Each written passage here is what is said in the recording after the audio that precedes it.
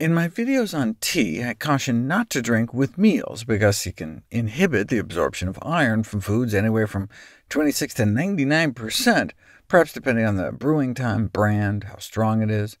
What about the inhibition of food iron absorption by coffee? When I was first looking this up, I ran across this study on the effects of discontinuing coffee intake on the iron status of Guatemalan toddlers, thinking they must be talking about like breastfeeding mothers or something. But no, coffee is one of the first liquids given to infants in Guatemala. I did not know that. Anyway, the inhibition of food iron absorption by coffee.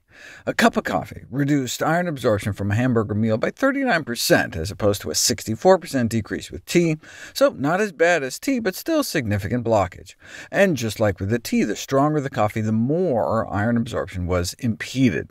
In terms of timing, no decrease in iron absorption occurred when coffee was consumed an hour before a meal, but waiting an hour after a meal to drink the coffee didn't seem to help, which can be probably explained by the fact that it may take up to nearly 2 hours to clear a meal from the stomach, so starting an hour in, the coffee can catch up to the food.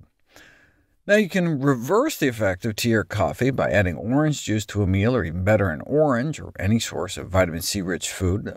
The vitamin C boosts iron absorption, which is good for people who are borderline anemic, but for many, the blockage of iron absorption from coffee may actually be a good thing.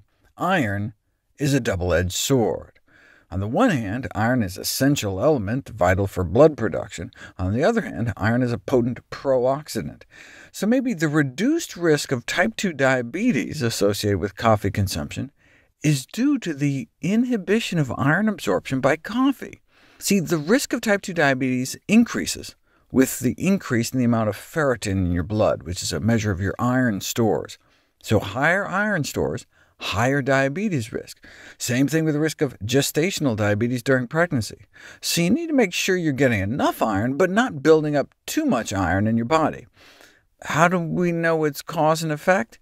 Because if you randomize diabetics to like old-fashioned bloodletting, but instead of leeches, they just donate blood a couple times to lower their iron stores, and those in the blood donation group had better blood sugar control, better insulin secretion, less insulin resistance.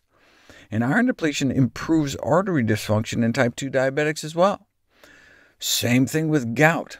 Does inhibition of iron absorption by coffee reduce the risk of gout? Let's find out. Near iron deficiency-induced remission of gouty arthritis. They took gout patients and maintained their iron stores at the lowest level possible without causing anemia, and gouty attacks markedly diminished in every patient, with effects ranging from a complete remission to a marked reduction of incidence and severity of gouty attacks. Here's the attack rates before and after. So maybe that's one reason coffee consumption is associated with lower risk of gout. It blocks some of the iron uptake. Increasing evidence suggests that iron is also involved in multiple diseases of aging, including Alzheimer's disease, Parkinson's disease, and heart disease.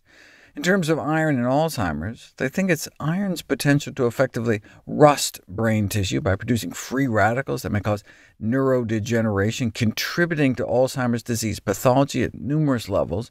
So much so, there's an interest in trying to treat Alzheimer's disease by targeting iron. High body iron stores may also be associated with shorter telomeres, which is a biomarker of biological aging. And for those of you thinking, well, if I had high iron stores, I'd probably know about it. Only 5% of patients with elevated iron report ever being told by a doctor that this was the case. To prevent too much iron accumulation, regularly drinking tea with meals will do it, found to decrease the amount of bloodletting you have to do for people with a genetic iron overload disease. But you'd want to do the opposite, drink tea only apart from meals if you were at risk for iron deficiency anemia. Besides tea and coffee, there are other beverages that can block iron absorption. Peppermint is right up there with black tea. Chocolate milk would do it too, and chamomile blocks iron about in the same range as coffee. So if your iron stores are high, these are great mealtime choices. If you're struggling to get enough iron, you wouldn't want to regularly drink these with meals. We think it's the polyphenol phytonutrients. So what about herbs and spices? They're packed with polyphenol goodness. Now, this study was done basically in a test tube, not in real people, but There is this case report of iron deficiency anemia due to high-dose turmeric. A physician treated himself for an osteoarthritis flare with capsules of turmeric extract, and he was anemic, couldn't get his iron up despite taking iron supplements, but 2 weeks after stopping the turmeric, his blood count and iron levels were all back to normal. So, on one hand, those presenting to doctors' offices with iron deficiency anemia should be asked about supplement use.